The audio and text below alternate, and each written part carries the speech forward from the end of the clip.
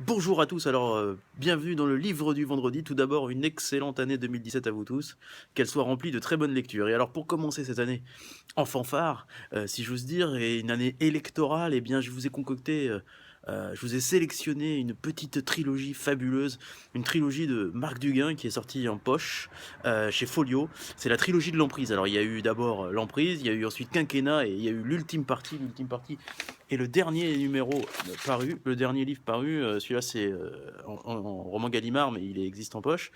Et alors là, vous vous plongez dans les arcanes de la politique, les arcanes du pouvoir, la façon dont les médias et les politiques sont liés ou sont les uns et les autres amis. Bref, vous passez vraiment un très très très bon moment de lecture. Vous voyez la politique à la fois sous le bon côté, sous le côté engagement politique, mais aussi sur ses travers. Et je peux vous assurer qu'au moment de voter, comment dire, en 2017, vous allez certainement retrouver des choses lors de la campagne électorale, des choses que vous aurez lues dans cette trilogie de l'Emprise. C'est vraiment très rythmé, c'est très série télé, quoi, un petit peu. C'est très rythmé, très dense, très intelligent, les personnages s'ouvrant aux couleurs. Vous allez aimer, donc allez-y, jetez-vous sur l'Emprise, Quinquennat et l'Ultime Partie de Marc Duguin en livre de poche chez Folio.